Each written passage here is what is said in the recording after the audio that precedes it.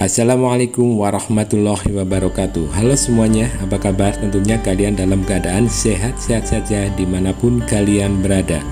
Dalam video pembelajaran kali ini saya akan membahas mengenai jenis, tema, dan nilai estetis karya seni rupa 3 dimensi, khususnya adalah seni patung. Adapun tujuan dari pembelajaran ini diharapkan setelah kalian menonton video pembelajaran ini, siswa mampu memahami, mengidentifikasi, dan menganalisis jenis, tema, dan nilai estetis karya seni rupa 3 dimensi ya, atau seni patung. Adapun jenis-jenis karya seni patung bisa kalian lihat ya di diagram ini atau di tabel ini. Yang pertama atau yang ke-1 berdasarkan fungsi dan tujuannya.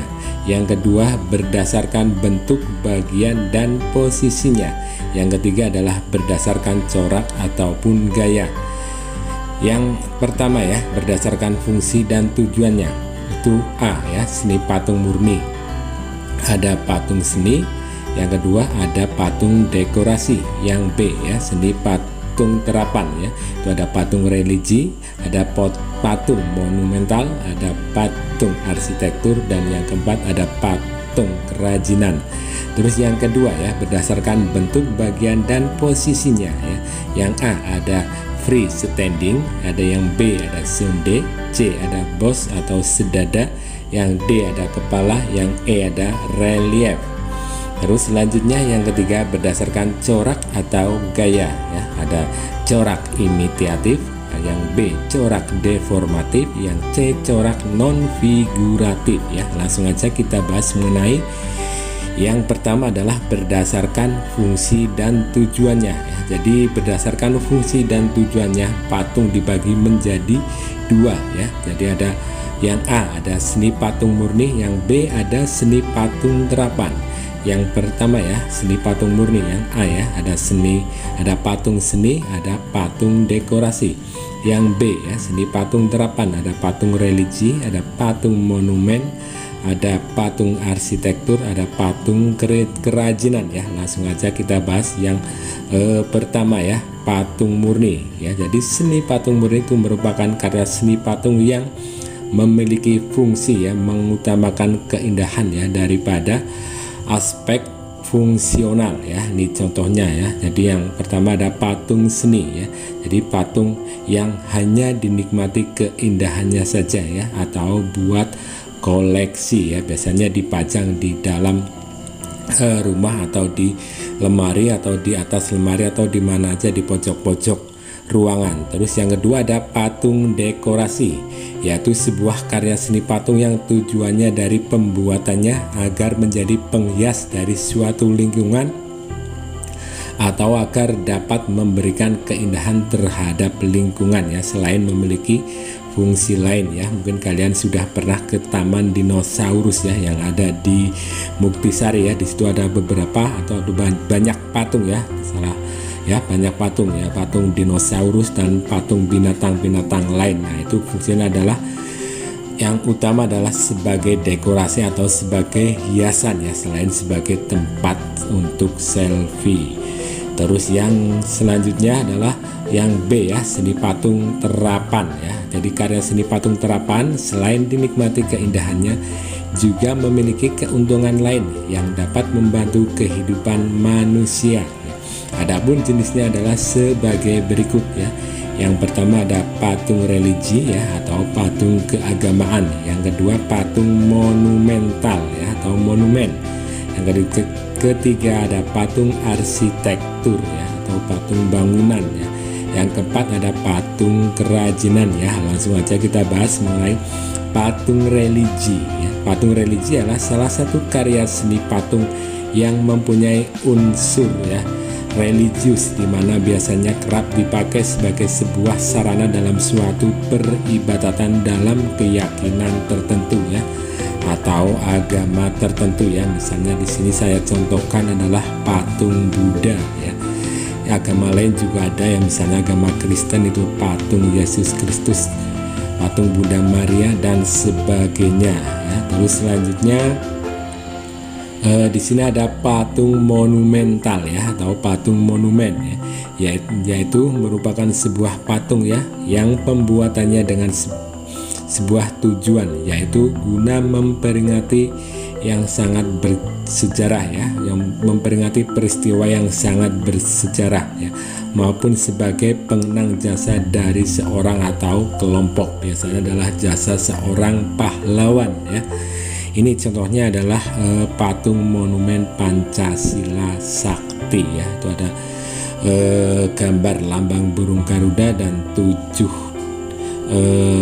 pahlawan revolusi ya. Terus selanjutnya adalah patung arsitektur ya. Jadi patung arsitektur itu merupakan sebuah jenis karya ya, seni patung ya, yang pembuatannya untuk dijadikan sebagai penunjang dari sebuah bangunan arsitektur untuk keindahan ya, atau estetika. Nah, ini contohnya ya, patung itu dijadikan sebagai topang atau sebagai tiang penyangga ya dari sebuah bangunan. Terus selanjutnya ada patung kerajinan ya, yaitu merupakan salah satu jenis karya seni patung yang biasanya pembuatannya dari hasil karya kerajinan dengan produksi massal ya, atau lebih dari satu ya, biasanya banyak ya, dengan bentuk dan ukuran yang sama ya, memiliki keindahan dan memiliki fungsi tertentu ya untuk tujuan komersil ya. Biasanya patung ini dijual. Nah, itu contohnya adalah patung souvenir untuk wisuda ya. Kalau kalian wisuda nanti biasanya mendapatkan souvenir ya yang berupa patung ya. Ini adalah contoh patung souvenir untuk wisuda di perguruan tinggi. Nah, terus selanjutnya yang kedua berdasarkan bentuk, bagian dan posisinya ya. Yang A ada patung free standing, yang B ada patung sundae, yang C ada patung torso, yang D ada patung bos atau sedada, yang E ada patung kepala, F ada patung relief ya. Langsung aja kita bahas yang A ya, patung free standing ya. Ini merupakan salah satu seni patung yang menampakkan hampir dari seluruh bagian tubuh ya secara lengkap ya, tidak ada yang dikurangi ataupun tidak ada yang ditambah ya, dengan posisi tegak berdiri ya, sehingga mengapa patung ini disebut sebagai free standing ya, atau berdiri bebas ya. Itu saya contohkan adalah patung B.J. Habibie ya, yang sedang memegang sebuah miniatur pesawat. Nah, terus selanjutnya patung sundae ya, ini merupakan salah satu seni patung yang menampakkan hampir dari seluruh bagian tubuh. Perbedaannya dengan patung freestanding ialah di mana jenis patung sundae ini tidak dalam keadaan posisi berdiri ya, namun biasanya seperti duduk, tiarap dan lain sebagainya ya. Ini saya contohkan adalah patung presiden kita yang pertama, yaitu Insinyur Soekarno sedang duduk dan membaca buku ya. Terus selanjutnya patung torso ya, ini merupakan salah satu seni patung yang biasanya hanya menampilkan setengah dari bagian tubuhnya ya, atau secara umumnya dari bagian dada lalu pinggang hingga bagian pinggul. Maka jenis ini, patung torso ini tidak mempunyai bagian kepala ya. Jadi patung ini tidak memiliki bagian kepala ya, hanya badan saja ya. Tangannya juga nggak ada, kakinya juga nggak ada ya, makanya dinamakan patung torso. Terus selanjutnya adalah patung bos ya, atau sedada ya. Ini merupakan jenis patung yang hanya menampakkan setengah dari badan saja ya, seperti misalnya dari bagian kepala sampai dengan bagian dada saja ya. Jadi bagian yang lain tidak ditampilkan ya. Ini saya contohkan adalah patung Ki Hajar Dewantoro ya, yang berada di depan kampus Universitas Sarjana Wiyata Taman Siswa ya di Yogyakarta. Nah, terus selanjutnya adalah patung kepala ya. Ini merupakan jenis patung yang pada umumnya hanya menampakkan bagian kepala sampai leher saja ya, jadi hanya kepalanya saja ya. Ini saya contohkan adalah patung Ronaldo ya, sedang tertawa. Nah, terus yang selanjutnya adalah patung relief ya. Jadi patung relief itu merupakan jenis patung yang menempel pada permukaan dinding atau bidang ya, dikatakan sebagai seni patung karena memiliki volume ya, walaupun ini hanya dilihat dari bagian samping ya atau bagian depan, namun karena memiliki volume maka bisa dikatakan sebagai seni patung atau seni 3 dimensi. Terus selanjutnya yang ketiga adalah berdasarkan corak atau gaya ya. Yang A ada corak imitatif, yang B ada corak deformatif, yang C ada corak non figuratif atau abstrak. Nah ya, corak imitatif ya, jadi merupakan hasil tiruan dari makhluk hidup ya. Makhluk hidup itu terdiri dari manusia, hewan atau binatang dan tumbuhan ya, dimana pada hasil bentuknya patungnya hampir menyerupai dengan bentuk fisik ya, baik itu dari segi anatomi, proporsi atau gerakannya ya. Jadi ini patungnya adalah patung yang mirip ya. Ini saya contohkan ya, itu ada patung ya Insinyur Soekarno dengan Dokter ya Muhammad Hatta ya. Terus ada patung kuda dan ada patung durian ya yang ada di Purworejo. Terus selanjutnya adalah corak deformatif ya, ini merupakan sebuah corak yang sudah banyak mengalami perombakan atau perubahan dari bentuk aslinya, namun secara garis besarnya masih kelihatan bentuk awalnya. Nah, patung bentuk ini biasanya sesuai berdasarkan dengan imajinasi pembuatannya. Nah, ini kan saya contohkan adalah patung manusia yang sudah mengalami perubahan namun masih kelihatan manusia. Terus selanjutnya adalah yang ketiga, itu adalah corak non figuratif ya atau abstrak. Ya, ini merupakan sebuah corak yang telah banyak menyimpang ya dari wujud aslinya, yang mana pada corak non figuratif biasanya tidak menyerupai bentuk alam ya atau bentuk yang kita kenal ya. Di sini saya contohkan itu patung abstrak ya, tidak berbentuk, tidak menyerupai makhluk hidup maupun tidak menyerupai benda yang kita kenal. Terus selanjutnya kita bahas mengenai tema seni patung ya. Jadi yang A ada hubungan antara manusia dengan dirinya, yang B ada hubungan antara manusia dengan manusia lain, yang C ada hubungan antara manusia dengan alam sekitarnya, yang D ada hubungan antara manusia dengan benda, yang E hubungan antara manusia dengan aktivitasnya, yang F hubungan manusia dengan alam khayal ya atau imajinasi ya. Langsung aja kita bahas tentang hubungan antara manusia dengan dirinya ya. Jadi di dalam pengungkapannya kadang seseorang menggunakan diri sendiri sebagai objek patung ya. Jadi di sini objeknya adalah tentang diri sendiri ya. Ya, contohkan adalah patung potret diri dari Leonardo da Vinci. Nah, ini adalah seorang seniman ya dari zaman Renaissance. Ya, ini membuat patung dirinya sendiri ya. Selain itu juga dia telah banyak membuat patung yang lain ya. Terus selanjutnya adalah hubungan ya antara manusia dengan manusia lain ya.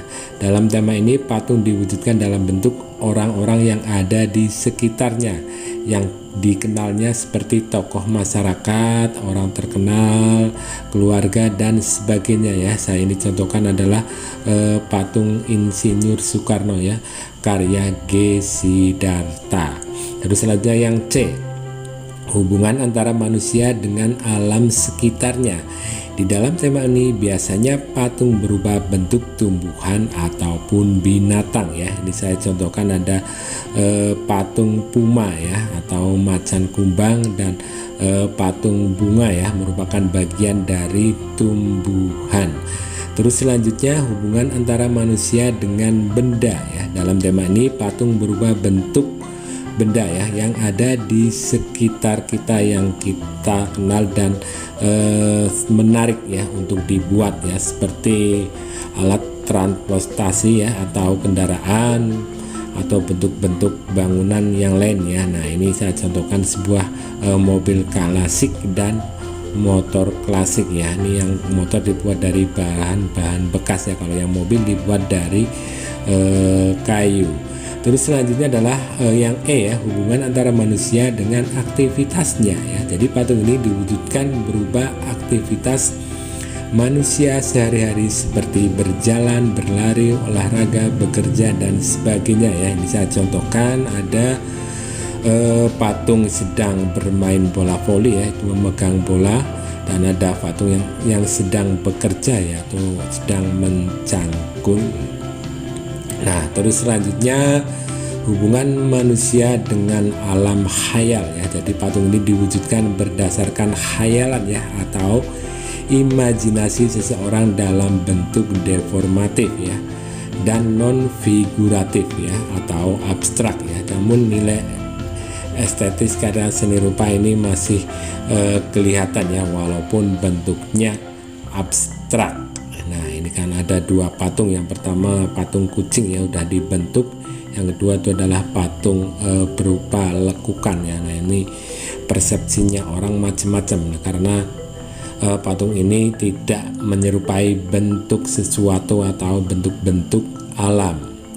Nah, terus selanjutnya nilai estetis seni patung ya. Jadi yang pertama ada nilai estetis objektif, yang kedua ada nilai estetis subjektif ya.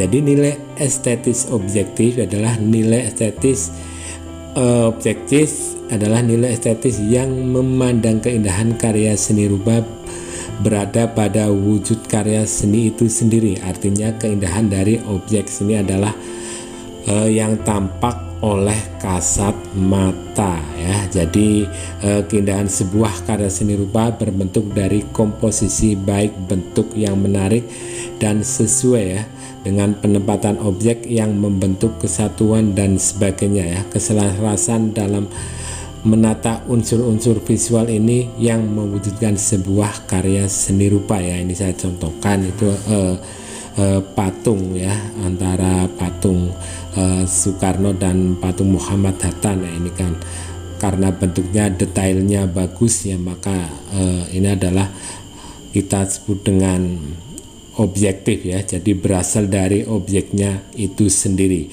Terus selanjutnya adalah yang kedua adalah nilai estetis atau subjektif ya. Jadi nilai estetis yang bersifat subjektif adalah nilai estetis yang memandang keindahan tidak hanya pada unsur fisik yang diserap oleh mata secara visual, namun ditentukan oleh selera penikmatnya atau orang yang melihatnya ya. Jadi ketika kalian melihat sebuah karya seni patung ya, yang tentunya karya seni patung itu berbentuk abstrak, orang lain tentunya tidak suka, kalian kok suka ya, makanya itu adalah subjektif ya dari orang yang memandangnya ya, jadi orang yang melihatnya. Jadi itu adalah nilai subjektif ya. Itu saja penyampaian materi tentang jenis, tema dan nilai estetis karya seni rupa 3 dimensi atau patung ya. Saya cukup akhiri sekian saja. Wabillahi taufiq wal hidayah. Wassalamualaikum warahmatullahi wabarakatuh.